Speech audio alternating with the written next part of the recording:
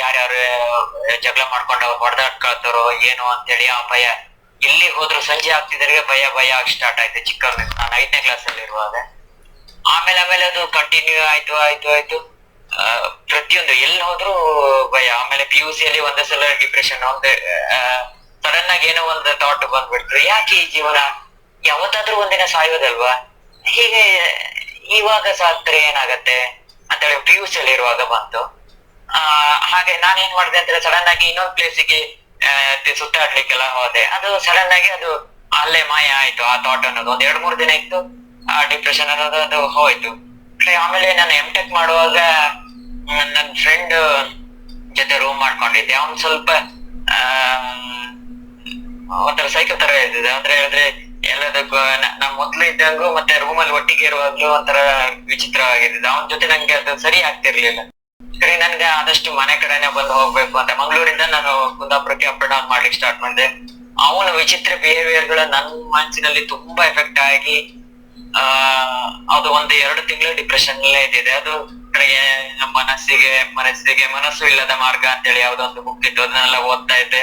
1-2 ತಿಂಗಳೇ ಬೇಕಾಯ್ತು ನನ್ಗೆ ಅದರಿಂದ ಹೊರಗಡೆ ಬರ್ಬೇಕಿದೆ. ಕಡೆಗೆ ಆಮೇಲೆ ಕೊರೋನಾ ಟೈಮ್ ಅಲ್ಲಿ ಸ್ವಲ್ಪ ನಾನು ಬಿಸ್ನೆಸ್ ಫೀಲ್ಡ್ ಬಂದೆ. ನಮ್ದು ಅಡಿಗೆ ಫೀಲ್ಡ್, ಕ್ಯಾಟ್ರಿಂಗ್, ಬೆಂಗಳೂರಲ್ಲಿ. ಆವಾಗ ಸ್ವಲ್ಪ ನಮ್ದು ಅಕ್ಕಂಗರ ಮಧ್ಯೆ ರಿಲೇಶನ್ಶಿಪ್ ಸ್ವಲ್ಪ ಇದಾಗಿ, ಆವಾಗ ಸ್ವಲ್ಪ ತುಂಬಾ ಭಯ ಆಗಿ ಏನಾಗುತ್ತೋ, ಇವರಿಬ್ರು ಡಿವೋರ್ಸ್ ಆಗ್ತಾರೋ ಏನೋ ಅಂತ ಹೇಳಿ ಅದೊಂದು ಭಯ ಸ್ಟಾರ್ಟ್ ಆಯ್ತು. ಆಮೇಲೆ ಅದೇ ಭಯದಿಂದ ಸ್ವಲ್ಪ ಟೈಮಲ್ಲಿ ಒಂದ್ಸಲ ಗ್ಯಾಸ್ಟ್ರಿಕ್ ಇಂದ ಅನ್ಸುತ್ತೆ ಎದೆ ನೋವೆಲ್ಲ ಸ್ಟಾರ್ಟ್ ಆಯ್ತು. ಎದೆ ಚುಕ್ಕು ತುಂಬಾ ಇದಾಗ್ತಿತ್ತು. ಆಮೇಲೆ ECG ಮಾಡಿದಾಗ ಅದು ನಾರ್ಮಲ್ ಆಗಿರ್ತಿತ್ತು. ಮತ್ತೆ ಅದು ಹೇಗೆ ಅಂತ ಹೇಳಿದ್ರೆ ಮತ್ತೆ ಅನುಮಾನ, ಡೌಟ್.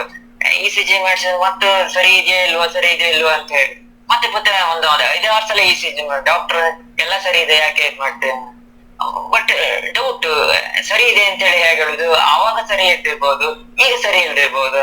ಸುಮ್ಮನೆ ಎದೆಲೆಲ್ಲ ಏನೋ ಸಣ್ಣಗೆ ಚುಚ್ಚಿದಾಗ ಅನುಭವ ಆದಾಗ ಬಾಡಿ ಸೆನ್ಸೇಷನ್ ಆಗಾದಾಗ ಅರಿತೆ. ಹೆಲ್ತ್ ಬಗ್ಗೆ ತುಂಬಾ ಇದು. ಆಮೇಲೆ ಅದು ಹೇಗೆ ಕನ್ವರ್ಟ್ ಆಯ್ತು, ಸಣ್ಣಕ್ಕೆ ಏನಾದ್ರು ಸ್ಕಿನ್ ಮೇಲೆ ಸಣ್ಣ ಗುಳ್ಳೆ ತರ ಏನಾದ್ರು ಇದ್ರು, ಇದು ಕ್ಯಾನ್ಸರ್ ಆಗಿ ಕನ್ವರ್ಟ್ ಆಗ್ಬೋದಾ, ಅದಾಗಿ ಕನ್ವರ್ಟ್ ಆಗ್ಬೋದಾ, ಇದಾಗಿ ಕನ್ವರ್ಟ್, ಆ ಕಾಯಿಲೆ ಬರ್ಬೋದಾ, ನಂಗೆ ಈ ಕಾಯಿಲೆ ಬರ್ಬೋದಾ, ಶುಗರ್ ಬರ್ಬೋದಾ, ಇದು ಕ್ಯಾನ್ಸರ್ ಬರ್ಬೋದಾ, ಹಾರ್ಟ್ ಡಿಸೀಸ್ ಬರ್ಬೋದ. ಹೆಲ್ತ್ ಬಗ್ಗೆ ಫುಲ್ ಒಂಥರ ವಿಚಿತ್ರ ಡೌಟ್ಗಳು. ನಾನು ಯಾಕೆ ಇದೆ, ಮತ್ತೆ ಒಂದೊಂದ್ಸಲ ಅನ್ಸುದು ಆಯ್ತು ನಾನು ಸಾಯ್ಬೋದೇನೋ. ಪ್ರತಿ ಸಲ ಆ ರೀತಿ ಥಾಟ್ಗಳು, ಬರೀ ಪ್ರತಿಯೊಂದ್ರಲ್ಲೂ ನೆಗೆಟಿವಿಟಿ. ಅದನ್ನ ಮಾಡ್ಲಿಕ್ಕೆ, ಹೊರಗಡೆ ಬರ್ಲಿಕ್ಕೆ ನಾನು ಅಂತ ಹೇಳಿದ್ರೆ ತುಂಬಾ ಧ್ಯಾನಗಳು, ತುಂಬಾ ಮೆಡಿಟೇಷನ್ ಕೋರ್ಸ್ಗಳು ಎಲ್ಲದನ್ನ ಮಾಡಿದ್. ಬಟ್ ನನ್ಗೆ ಅದು ಸಡನ್ ಆಗಿ ನನಗೆ ಯೂಟ್ಯೂಬ್ ಅಲ್ಲಿ ಅದೇನೋ ಲಾ ಆಫ್ ಅಟ್ರಾಕ್ಷನ್ ತರನೇ ಯೂಟ್ಯೂಬ್ ಅಲ್ಲಿ ಸಿಕ್ತು ಅಂತ ಹೇಳಿದ್ರೆ ಒಂದು ವಿಡಿಯೋ ಸಿಕ್ತು.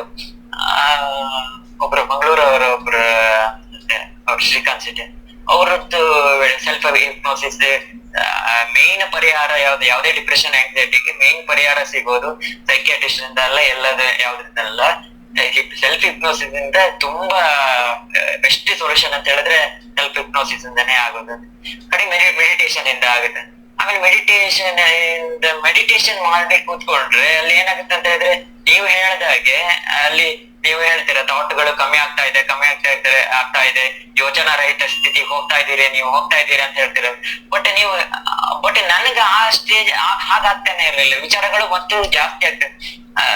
ನೋಡಿ, ನಿಮ್ಮ ಮಾಂಸದ ಕೈಗಳು ಇದೆಲ್ಲ ಸಡಿಲ ಆಗ್ತಾ ಇದೆ, ರಿಲ್ಯಾಕ್ಸ್ ಆಗ್ತಿದ್ದೀರಾ, ರಿಲ್ಯಾಕ್ಸ್ ಆಗ್ತಾ ಇದೀರಾ ನೀವು ಹೇಳ್ತಿದ್ದೀರಾ. ಬಟ್ ನಂಗೆ ರಿಲ್ಯಾಕ್ಸ್ ಆಗ್ತಾ ನನ್ಗೊಬ್ನಿಗೆ ಆಗಿದ್ರೆ ಎಲ್ಲರಿಗೂ ರಿಲ್ಯಾಕ್ಸ್ ಆಗ್ತಾ ಇದೆಯೇನೋ, ನನಗ್ ಮಾತ್ರ ರಿಲ್ಯಾಕ್ಸ್ ಆಗ್ತದೆ. ಯೋಚನೆಗಳೆಲ್ಲ ಸ್ಟಾಪ್ ಆಗ್ತಾ ಇದೆ, ನೋಡಿ ಸ್ಟಾಪ್ ಆಗ್ತಿದೆ, ನಂಗೆ ಸ್ಟಾಪ್ ಆಗ್ತಾ ಇರ್ಲಿಲ್ಲ. ಅದೊಂದು ನಂಗೆ ಇದು ಕೆಲವು ಸಿಲ್ಲಿ ವಿಷಯಗಳು, ಯಾವುದು ಸಣ್ಣ ಪುಟ್ಟ ವಿಷಯಕ್ಕೆ ಭಯಗಳು. ಆಮೇಲೆ ಅನ್ಸುತ್ತೆ ಅಯ್ಯೋ ಒಂದ್ ಸ್ವಲ್ಪ ದಿನದ ನಂತರ, ಒಂದು 15-20 ದಿನ ಆದ ನಂತರ ನಾನು ಎಲ್ಲಾದ್ರೂ ಸುತ್ತಲ್ಲಿ ನಾನು ಬೇರೆ ಕಡೆ ಡೈವರ್ಷನ್